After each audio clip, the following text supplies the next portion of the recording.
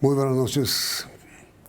Nuestra invitada esta noche es la señora Janet Molina Ovalle, quien operaba como controladora de vuelo en el aeropuerto José María Córdoba de Medellín cuando se produjo el desastre del avión de la compañía Lamia, el Abro, que transportaba al equipo chapecoense del Brasil.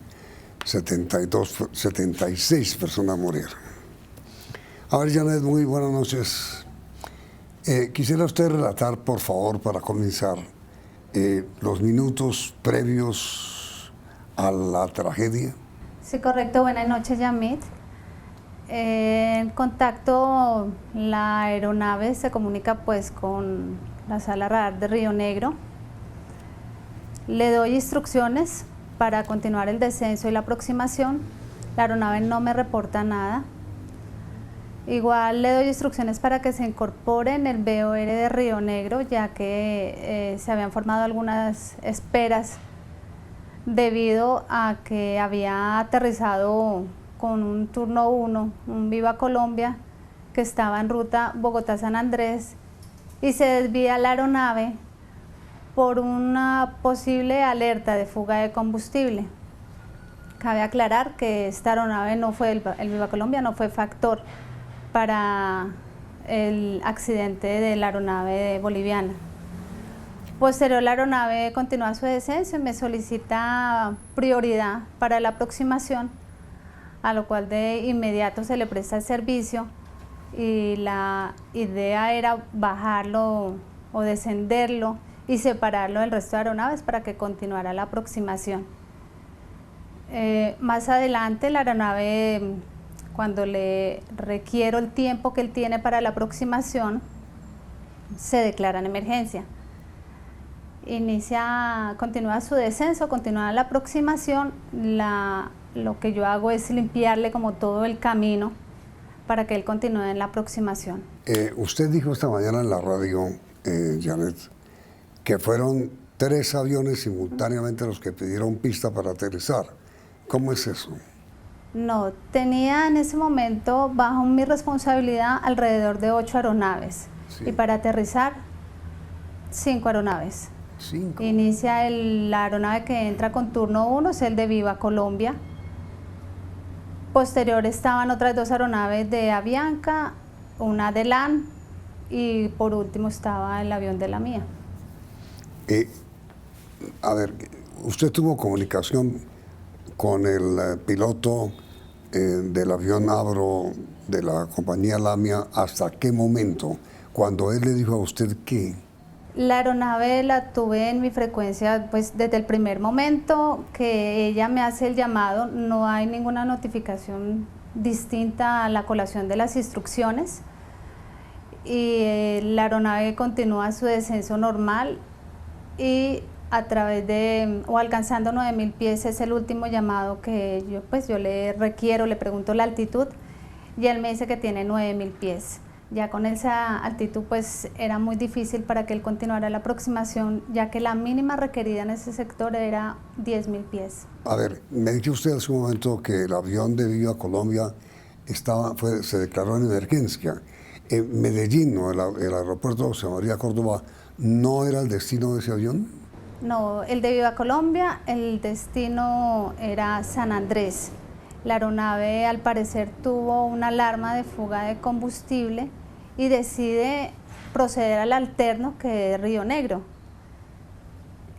Cuando la aeronave del Viva Colombia me reporta pues le hago nuevamente el requerimiento a esta aeronave, él me dice que ya tiene todo controlado, que no requiere ningún servicio a bordo, ningún servicio en tierra.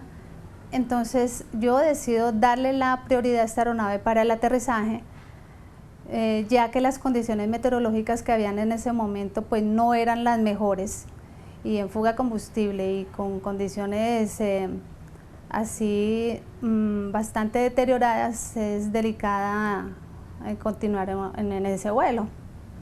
Por lo tanto, yo soy la que decido darle la prioridad a esa aeronave.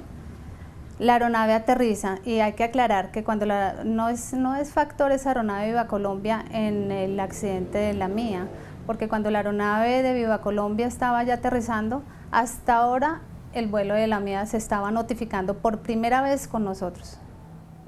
Pero, ¿y por qué razón usted decidió darle prioridad al avión de Viva Colombia? ¿Se dice la mía o la mía? La mía. ¿Por qué razón decidió darle prioridad a Viva Colombia? Porque era la única aeronave que tenía en ese momento en la frecuencia, era la única aeronave que tenía.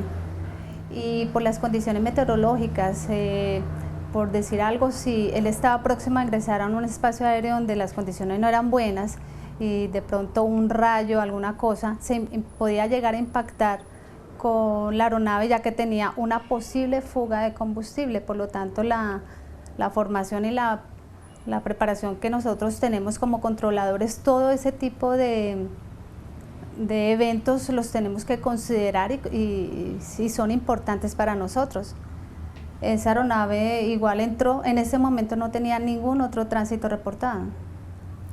¿Cuánto tiempo transcurrió desde cuando usted autorizó el aterrizaje del avión de Viva Colombia y cuando intentó ponerse en contacto con el avión de Lamia? Aproximadamente fueron unos 23 minutos después de que llamó el avión de Lamia. En esos 23 minutos el avión de Viva Colombia ya estaba aterrizado, por lo tanto, reitero, no fue factor en este caso para el evento del avión boliviano.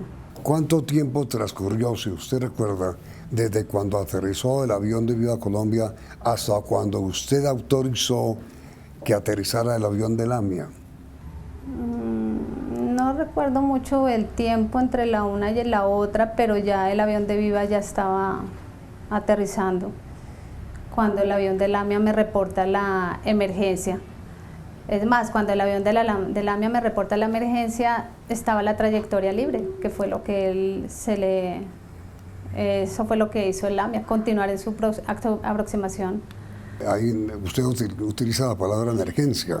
Yo tengo entendido que Lamia jamás se declaró en emergencia. Él se declara en emergencia, pero ya los últimos minutos. En las investigaciones que ya reveló la Aeronáutica Civil, dice que él, más o menos 4 minutos antes de ya perderse la señal del accidente como tal, fue que él reportó. Es más dicho, si hubiera sido posible que el avión aterrizara, ¿cuántos minutos le faltaron antes para hacer la advertencia de que estaba en emergencia? Más o menos con las investigaciones que reveló la Aeronáutica Civil, le faltaban aproximadamente unos 5 minutos para aterrizar. El avión de Lamia le pidió a usted prioridad. Se sabe que usted dio prioridad primero al Viva Colombia.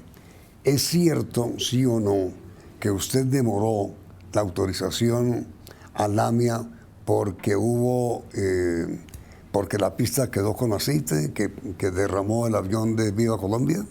A ver, Yamil, primero hay que aclarar que por seguridad del resto de aeronaves era muy importante efectuar una revisión de pista, porque aunque la aeronave de Viva Colombia haya notificado que ya no tenía, que todo lo tenía controlado a bordo, que no tenía ningún inconveniente, era necesaria una revisión de pista. Una revisión dura aproximadamente de 5 a 7 minutos. Era muy riesgoso y muy irresponsable si nosotros dejamos que aterricen otras aeronaves sin hacer una previa revisión. Y eso está dentro de los procedimientos y los protocolos de emergencia que tienen establecidos tanto a nivel de Aerocivil en Colombia como a nivel mundial por la OASE. En ningún momento el avión de Lamia le comunicó a la torre de control que tenía escasez de combustible. No. Primero le voy a aclarar, son dos dependencias. Una es la torre de control y la otra es la sala radar. Yo era la titular de la posición de aproximación de la sala radar. En el primer llamado la aeronave no me reporta nada. Minutos después que esa aeronave hace unos patrones de espera y le doy otras instrucciones, es que notifica una prioridad por un problema de combustible, mas no reporta nada más. Sin embargo, para nosotros, eso no tiene, para nosotros igual es importante darle como un tratamiento especial a esa aeronave, por lo tanto yo decido vectorizarla e iniciarle el descenso a esa aeronave y más aún, limpiarle todo el camino y por eso es que yo decido de inmediato sacar de la trayectoria a 3 aeronaves más que estaban por debajo de él, bastante cercanas. ¿Qué diferencia hay entre torre de control y sala de radar?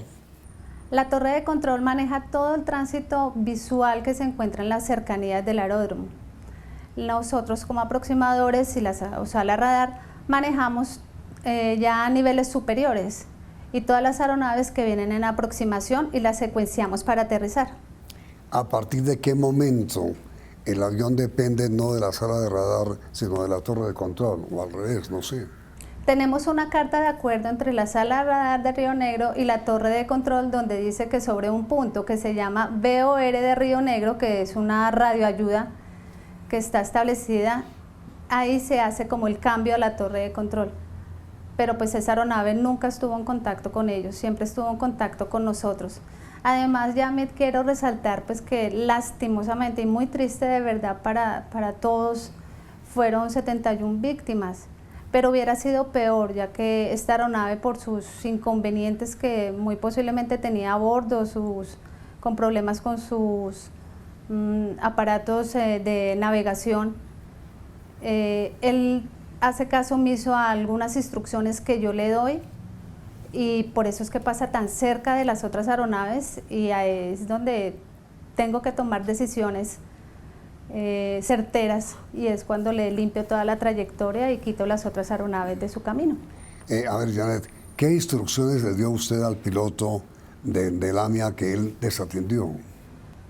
Le había solicitado que continuara con el mismo rumbo que le había preguntado, que mantuviera ese rumbo, pero yo lo estaba observando todo el tiempo ahí en el radar y me di cuenta que él desatendió eso y se descendió sin autorización. ¿Pero él habría podido mantener el rumbo o el avión por la falta de combustible fue descendiendo? Porque es que, observe, pues usted lo tiene que saber mucho más que yo, que el avión no se estrella, sino que se cae. Pues imagínese, Yamil, que si en el reporte dice que él venía con problemas de combustible, con escasez de combustible, según las investigaciones que hoy dieron a conocer a la opinión pública, sí, venía con problemas de combustible desde Leticia. Pues imagínese, él ya no, era muy difícil que alcanzara a aterrizar en Río Negro. Además que recuerde que en los procedimientos que nosotros tenemos establecidos con respecto a nosotros y todas las aeronaves y las empresas aéreas deben de tener aproximadamente 1:30 para sostener sí, antes de aterrizar. Janet, un minutito y ya regresamos con usted.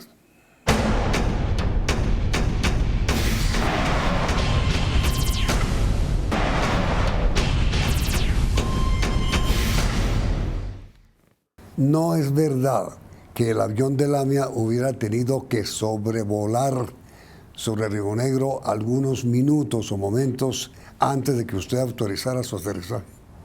Hizo un patrón de espera únicamente. La aeronave hizo un patrón de espera porque de todas maneras tenía otras 3 por debajo y se requería efectuar una revisión de pista. ¿Qué llama usted patrón de espera?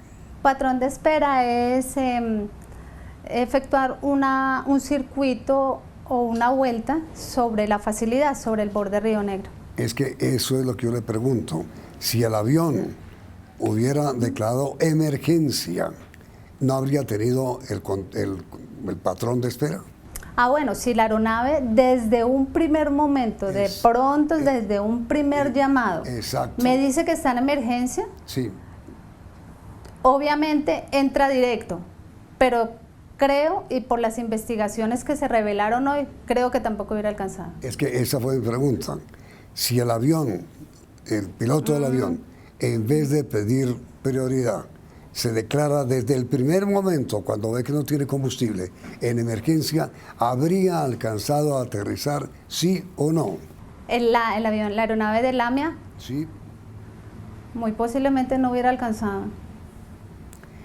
ya se confirmó por parte de la Aeronáutica Civil que el combustible que tenía de ninguna manera le alcanzaba para aterrizar.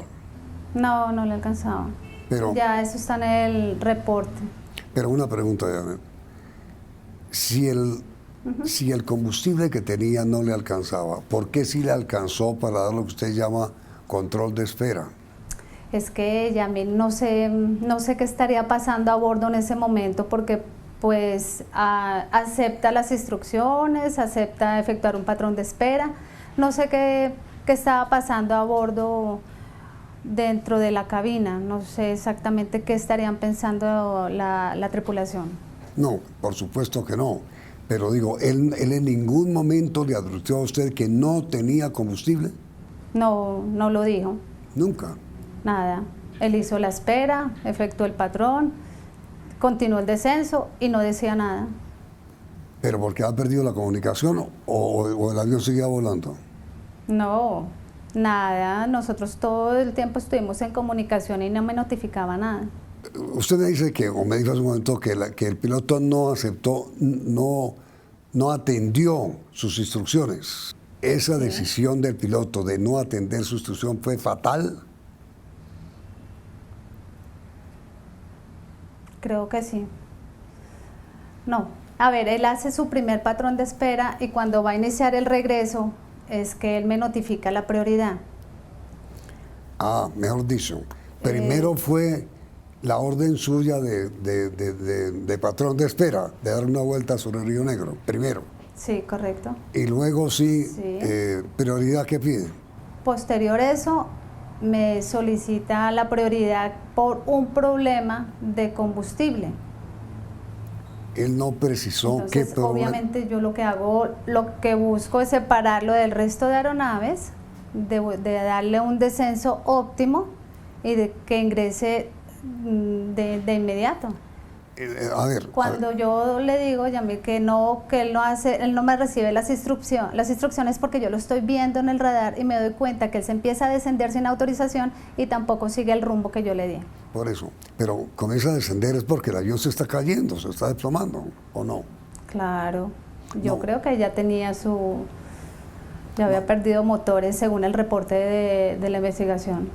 El avión, el piloto nunca atendió su instrucción de no descender o de descender. ¿Cuál fue la instrucción precisa que usted le dio?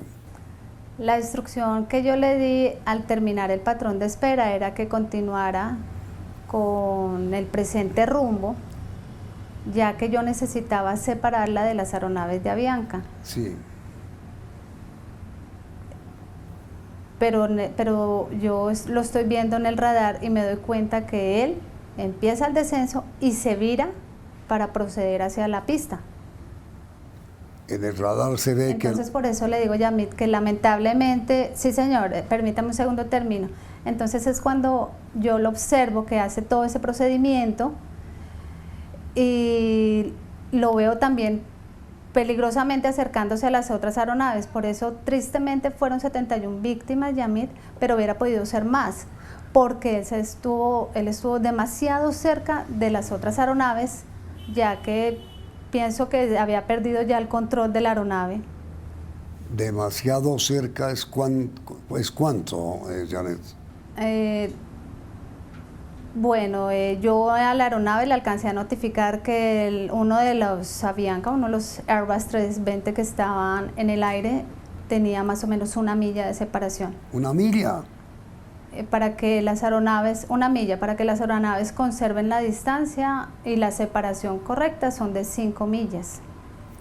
Pero es decir, estuvieron a Por lo punto. tanto, la aeronave estaba muy cerca y no sé si Yamid, cuando escuchó los audios que se filtraron en los medios de comunicación, es cuando se da, pues no sé si escuchó y se da cuenta que yo de inmediatamente tomo acción y le digo abandone de inmediato por la izquierda y a las otras igual le doy la misma instrucción. ¿Me dice usted que eran 2 aviones de Avianca? Muy cerca estuvo de 2 aviones de Avianca y por debajo de él también se encontraba un avión de LAN. Los pilotos, tanto de LAN como de los 2 Avianca, ¿estaban enterados de lo que estaba ocurriendo? Sí, claro. Dentro de los procedimientos establecidos por la OASI, dice que todas las aeronaves en frecuencia tienen que estar atentas en frecuencia y estar a la escucha de toda la información que se da. Adicional, yo les había informado. ¿De qué estaban enterados, Janet? Los pilotos de las dos Avianca y del LAN, ¿de qué estaban enterados? Ellos escucharon cuando el avión de Lamia solicita la prioridad y posterior la emergencia. Pero ellos también sabían que el avión de Lamia estaba a 1 milla de ellos mismos. Yo les había... No, ellos estaban separados verticalmente. Pero a 1 milla. Inicialmente, cuando ingresaron al patrón de espera, estaban separados verticalmente. Cuando el avión de Lamia empieza el descenso, es cuando yo le informo que estaba demasiado cerca de una de las aeronaves de Avianca.